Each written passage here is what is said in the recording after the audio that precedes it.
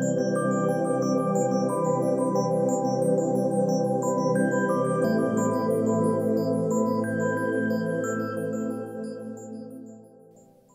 everybody, welcome to 2ZQ Hot Takes, where we discuss issues both big and small. I am your host, the very handsome Tim Kirk, and today I'll be talking about the myth of multitasking. Talk about mass psychosis.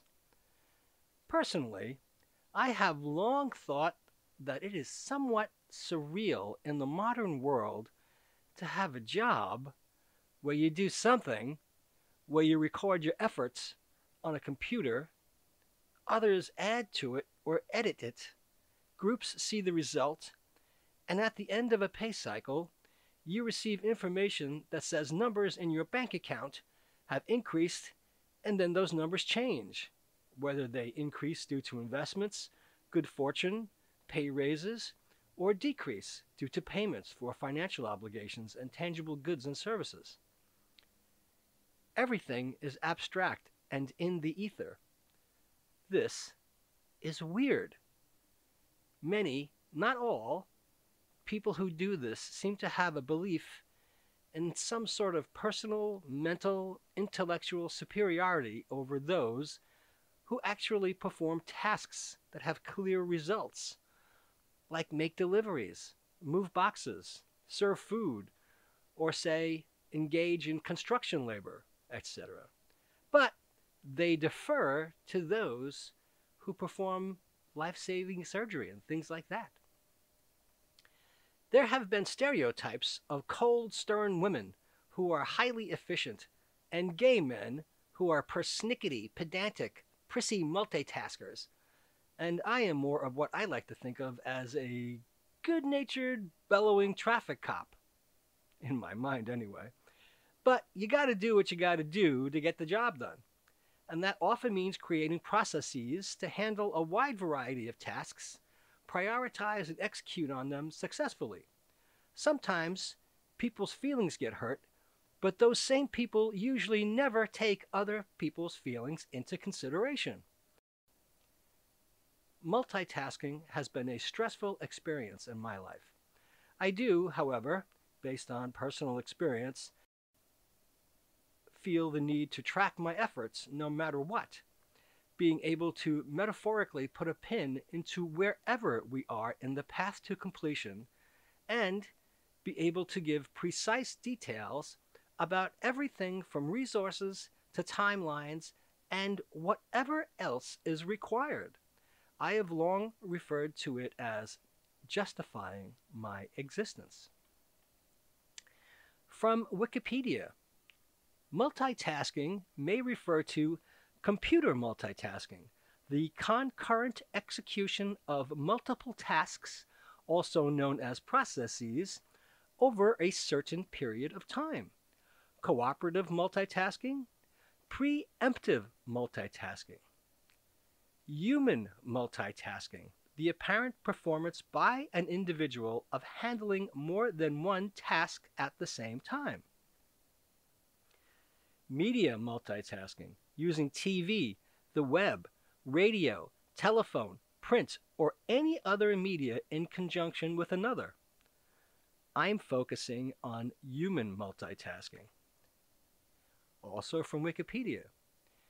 Human multitasking is the concept that one can split their attention on more than one task or activity at the same time, such as speaking on the phone while driving a car.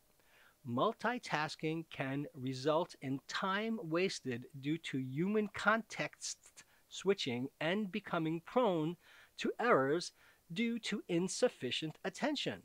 If one becomes proficient at two tasks, it is possible to rapidly shift attention between the tasks and perform the tasks well. The etymology. The first published use of the word multitask appeared in an IBM paper describing the capabilities of the IBM system /360 in 1965. The term has since been applied to human tasks. Since the 1960s, psychologists have conducted experiments on the nature and limits of human multitasking. The simplest experimental design used to investigate human multitasking is the so-called psychological refractory period effect. Whoa. Here, people are asked to make separate responses to each of two stimuli presented close together in time. An extremely general finding is a slowing in responses to the second appearing stimulus. Researchers have long suggested that there appears to be a processing bottleneck preventing the brain from working on certain key aspects of both tasks at the same time, e.g. Gladstone's Reagan and Lee, 1989, and Pashler in 1994. Bottlenecking refers to the idea that because people only have a limited amount of attentional resources, the most important information is kept. Many researchers believe that the cognitive function subject to the most severe form of bottlenecking is the planning of actions and retrieval of information from memory. Psychiatrist Edward M. Hallowell has gone so far as to describe multitasking as a mythical activity in which people believe they can perform two or more tasks simultaneously as effectively as one. Amen. Others have researched multitasking in the area of learning. Richard E. Mayer and Moreno studied the phenomenon of cognitive load in multimedia learning and concluded that it is difficult, if not impossible, to learn new information while engaging in multitasking. I have no difficulty in believing this. Reynald Junko and Sheila R. Cotton examined how multitasking affects academic success and found that students who engaged in high levels of multitasking reported significant issues with their academic work. Sounds a lot like procrastination. A more recent study on the effects of multitasking on academic performance showed that using Facebook and text messaging while studying were negatively related to student grades, while online searching and emailing were not. What do you know about that? Some experiments have been done that demonstrate that it is possible to divide one's attention among several tasks. How successfully depends on several factors, such as how much practice one has with it or the difficulty of the task. Walter Schneider and Robert Schifrin performed an experiment in which they presented the participants with a memory set, which consists of target stimuli such as the number 3. There we go again with the number 3, see? If you've listened to my podcast before, you know I've done a podcast on the power of 3. After being presented with the memory set, they were rapidly shown 20 test frames which contained distractor stimuli. One of the slides they were shown contained one of the target stimuli from the memory set. With each trial, a new memory set and new test frames were presented. At the start of the experiment, participants averaged 55% in correctly identifying the target stimuli from the memory set. After 900 trials, the participants were able to bring the average up to 90%. They reported that after about 600 trials, the task became automatic and they were able to respond without thinking about it. Because the brain cannot fully focus when multitasking, people take longer to complete tasks and are predisposed to error. You bet. When people attempt to complete many tasks at one time or alternate rapidly between them, errors go way up and it takes far longer, often double the time or more, to get the jobs done than if they were done sequentially, states Meyer. This is largely because the brain is compelled to restart and refocus.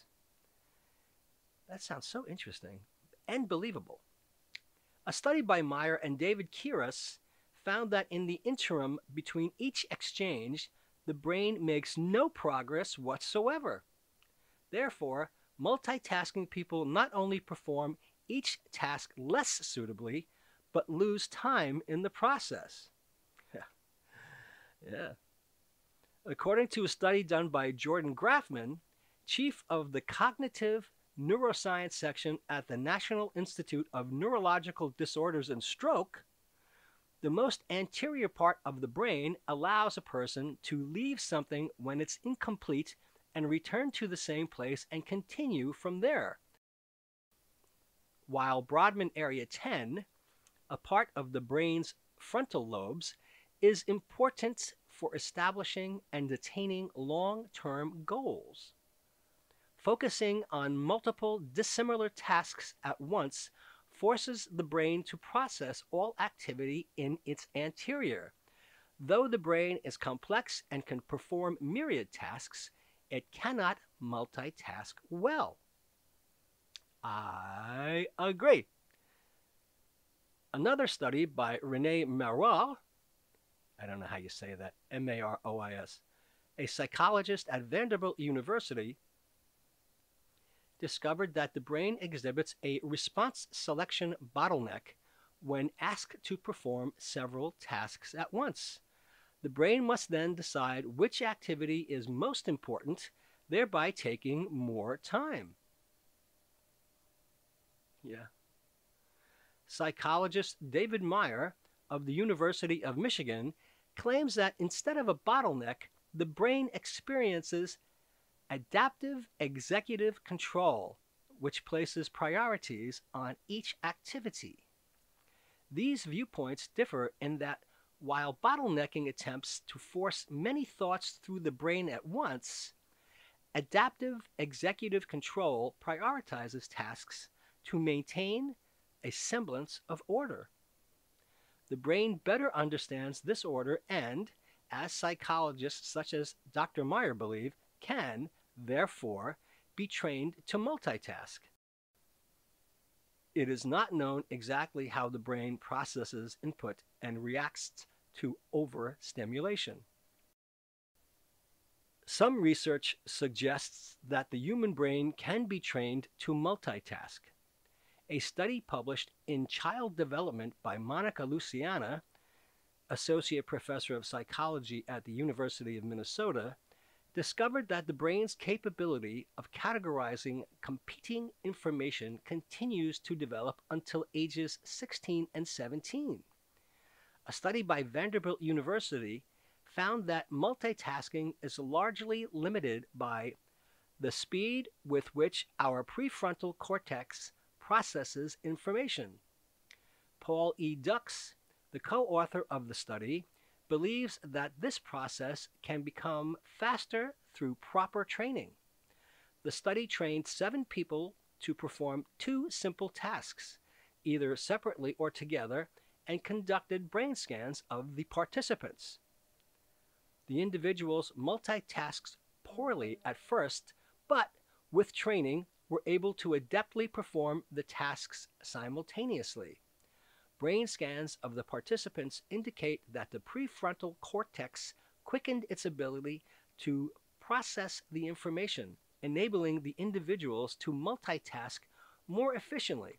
However, the study also suggests that the brain is incapable of performing multiple tasks at one time, even after extensive training. This study further indicates that, while the brain can become adept at processing and responding to certain information, it cannot truly multitask.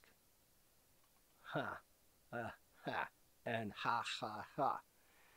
People have a limited ability to retain information, which worsens when the amount of information increases. For this reason, people alter information to make it more memorable, such as separating a 10-digit phone number into 3 smaller groups or dividing the alphabet into sets of 3 to 5 letters, again with 3. A phenomenon known as chunking. George Miller, former psychologist at Harvard University, believes the limits to the human brain's capacity centers around the number 7 plus or minus 2. An illustrative example of this is a test in which a person must repeat numbers read aloud. While 2 or 3 numbers are easily repeated, 15 numbers becomes more difficult. The person would, on average, repeat 7 correctly. Brains are only capable of storing a limited amount of information in their short-term memories.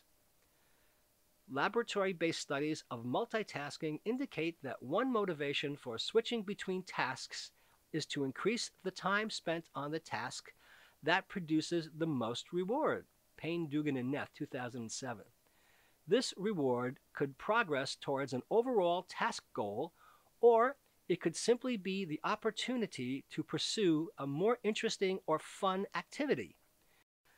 Payne, Dugan, and Neff found that decisions to switch task reflected either the reward provided by the current task or the availability of a suitable opportunity to switch, that is, the completion of a sub-goal. A French fMRI study published in 2010 indicated preliminary support for the hypothesis that the brain can pursue at most 2 goals simultaneously, one for each frontal lobe, which has a goal-oriented area. God, there's so much information about this, huh? When studying the costs of multitasking, there are typically 2 designs for or types of multitasking that are examined: task switching and dual tasking. Task switching involves shifting one's attention from one thing to another. Dual tasking, on the other hand, is when attention is divided among multiple things at once. Studies have been done to specifically examine the brain when one is engaged in either type of multitasking. Through the use of MRI brain scans, researchers have found that frontoparietal regions are activated, which would include the inferior frontal junction and the posterior parietal cortex. Oh, I knew that. They also found that while each type of tasking uses different mechanisms, there are also some underlying mechanisms and resources that they share. There is little data available to support claims of a real sex difference. Now, to something called continuous partial attention. Author Stephen Berlin Johnson describes one kind of multitasking. It usually involves skimming the surface of the incoming data, picking out relevant details, and moving on to the next stream. You are paying attention, but only partially. That lets you cast a wider net, but it also runs the risk of keeping you from really studying the fish. Multimedia pioneer Linda Stone coined the phrase continuous partial attention for this kind of processing. Continuous partial attention is multitasking where things do not get studied in depth. Rapidly increasing technology fosters multitasking because it promotes multiple sources of input at a given time.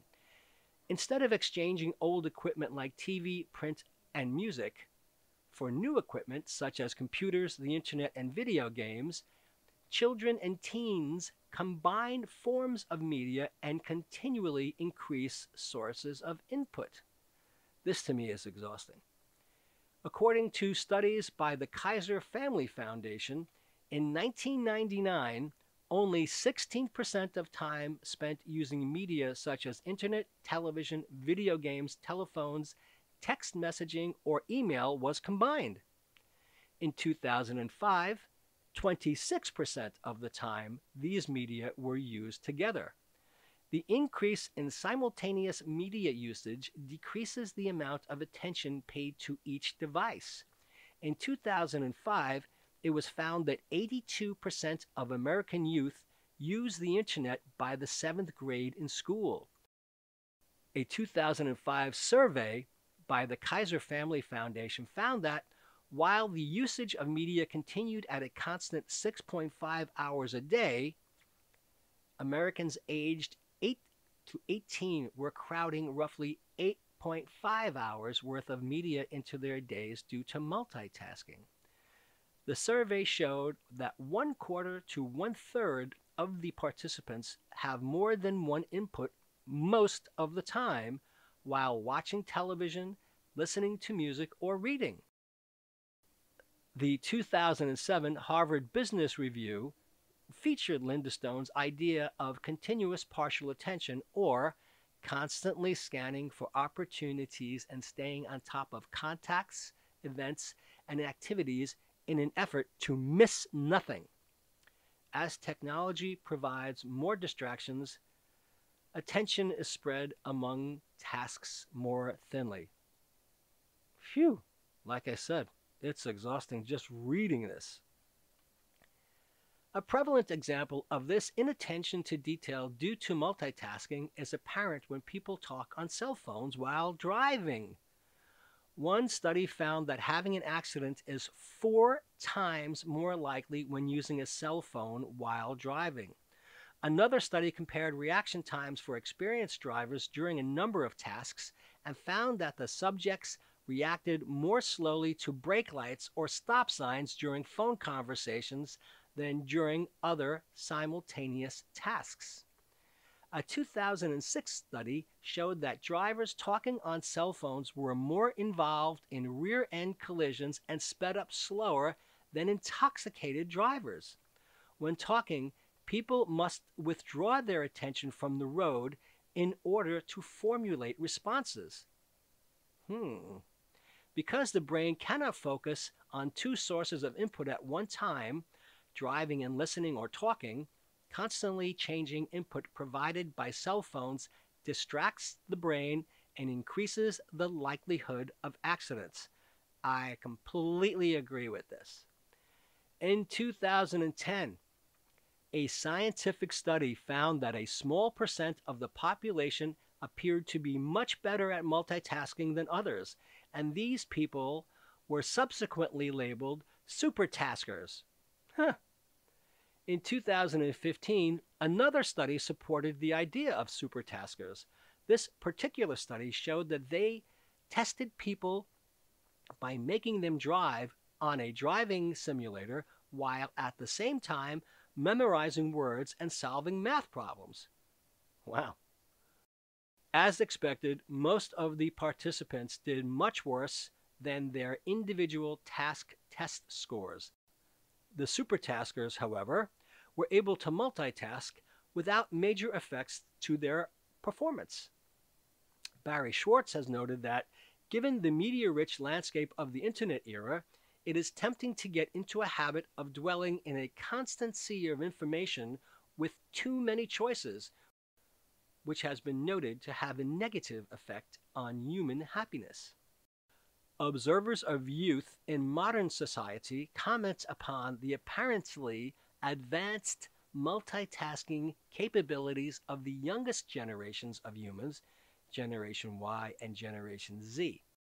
While it is true that contemporary researchers find that youths in today's world exhibit high levels of multitasking, most experts believe that members of the Net generation are not any better at multitasking than members of older generations.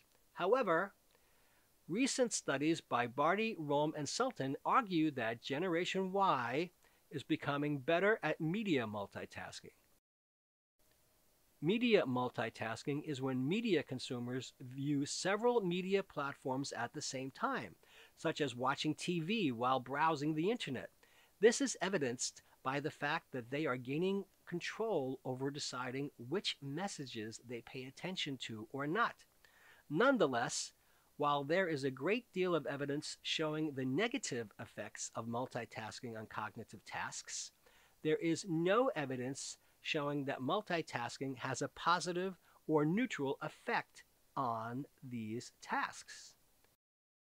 Many studies, articles, and worldwide consulting firms stress the fact that multitasking of any kind reduces the productivity and/or increases the rate of errors, thus generating unnecessary frustrations.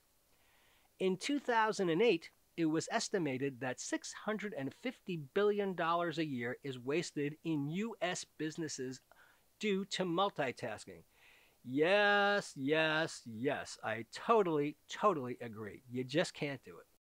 From the Cleveland Clinic, March 10th, 2021, their mental health area. Why multitasking doesn't work. Studies show it makes us less efficient and more prone to errors.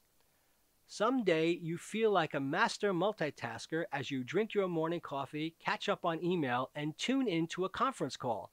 But did you know that for most people in most situations, multitasking isn't actually possible? Well, I've long believed this.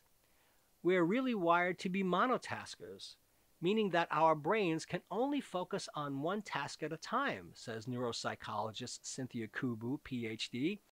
When we think we're multitasking, most often we aren't really doing two things at once, but instead we are doing individual actions in rapid succession or task switching, she says. One study found that just 2.5% of people are able to multitask effectively.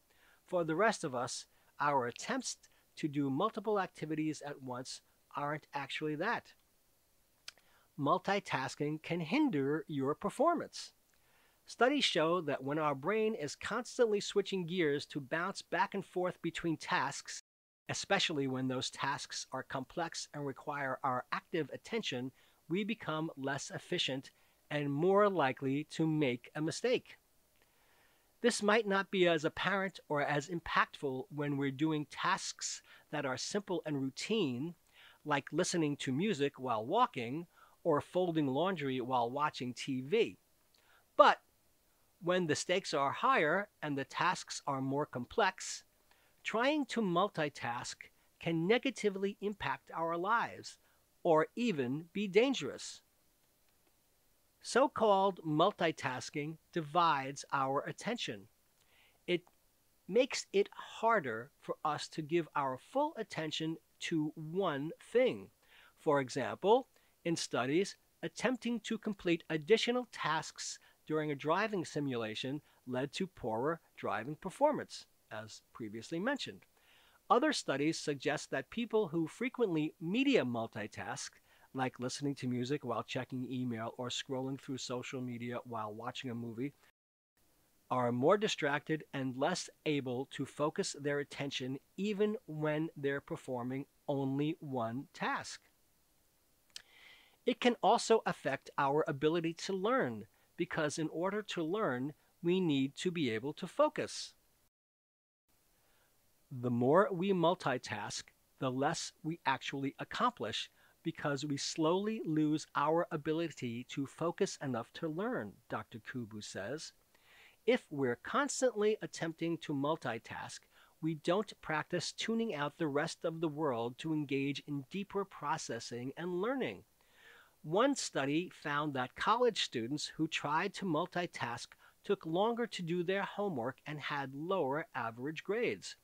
Another pitfall is that trying to do too much at once makes it harder to be mindful and truly present in the moment. And mindfulness comes with a plethora of benefits for our minds and bodies. In fact, many therapies based on mindfulness can even help patients suffering from depression, anxiety, chronic pain, and other conditions. Opting to focus on one task at a time can benefit many aspects of our lives, including the workplace. Take surgeons, for example. People assume that a surgeon's skill is primarily in the precision and steadiness of his or her hands. While there's some truth to that, the true gift of a surgeon is the ability to single-mindedly focus on one person and complete a series of tasks over the course of many hours, Dr. Kubu explains. But surgeons aren't necessarily born with this ability to monotask. Rather, they develop and perfect it through hours of practice. And you can too. You don't need to be a surgeon to benefit from freeing yourself of the pressure to multitask, Dr. Kubu says. Whether it's taking a long road trip, organizing an event, or reading a book, we unequivocally perform best one thing at a time. I encourage you to give it a try, she says. We rely on a constant flow of new information, and because of that, brain overload has become an undeniable issue for many. To find a viable solution to the growing problem, it's important to focus on the root causes. What causes brain overload? 7 tabs are open on your web browser. 2 unread emails alert in your inbox. Your phone buzzes on the desk. Where do you go first and why? I am so guilty of this. We rely on a constant flow of new information, and because of that, brain overload has become an undeniable issue for many.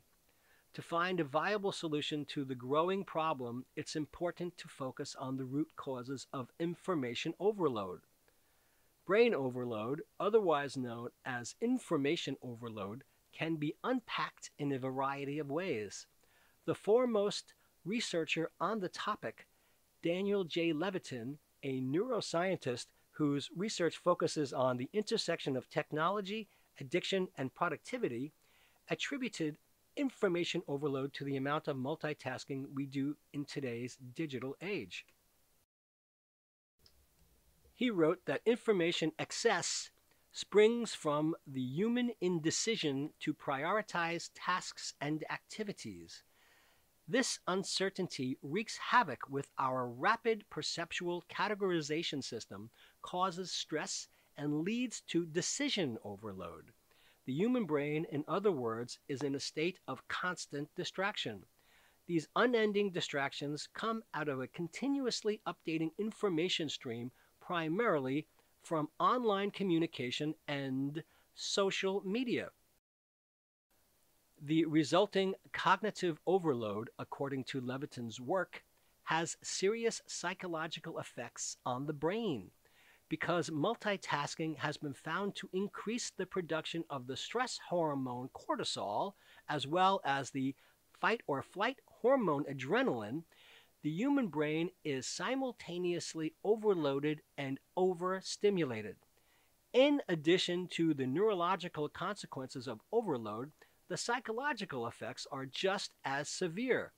Levitin contextualized this when he stated that multitasking to the point of brain fatigue leads to a depleted state in which, after making lots of significant decisions, we end up making truly bad decisions about something important. The causes of information overload.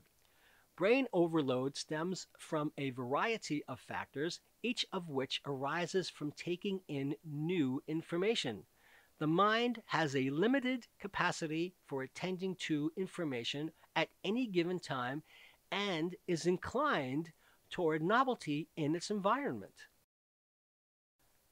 The combination of limited attention and seeking originality is problematic in our modern context, where rapid exposure to information is ubiquitous through easy access to electronic devices and social media.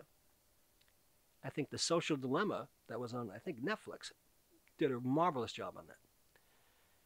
Despite the brain's problematic disposition, brain overload isn't guaranteed to happen because of an excess of information. According to a Pew Research Center survey titled Information Overload, 79% of respondents found that access to many kinds of information gave them a sense of control over their lives. The survey found that certain circumstances, and even certain institutions, can be what trigger the effects of overload. 56% of respondents reported higher levels of stress caused by governmental agencies, schools, and banks because of the information gathering processes associated with them. What do you know about that? This data set makes sense considering Levitin's definitional work. While it seems natural that most Americans would want access to updated and continuous information through their devices, smartphones, personal computers, and tablets, it's also unsurprising that most respondents associated stress with the different kinds of information they receive. What's more, a near majority of any of these respondents reported trouble with keeping up with the information they had access to. As these conditions will only persist as technological innovations continue, we might find solutions to the problem. How to deal with information overload? Though much research has been conducted on the consequences of cognitive overload, there's still work left to be done regarding how people can confront its negative effects. Fast Company weighed in on different strategies that people can employ to help mitigate the detrimental effects of brain fatigue. The 4 recommended tactics are: represent tasks in a concrete way. The human brain has a hard enough time generating, prioritizing, and cataloging to-do lists on its own. So, to help alleviate the pressure from information overload, it's helpful to organize tasks in a tangible way. The easiest way is to write them down so tasks can be organized critically, while more important projects appear higher on the list and less important activities can be pushed down. Make decisions after a good night's sleep. The morning can be the best time to make major decisions. Leaving time to determine important decision-making tasks at the beginning of the day maximizes your brain's resources and can help you make better decisions. Clean and organize your space.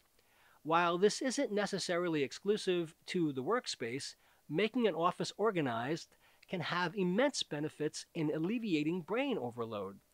When clutter piles up, especially in what's designated as a productive space, the human brain tends to get overwhelmed more quickly.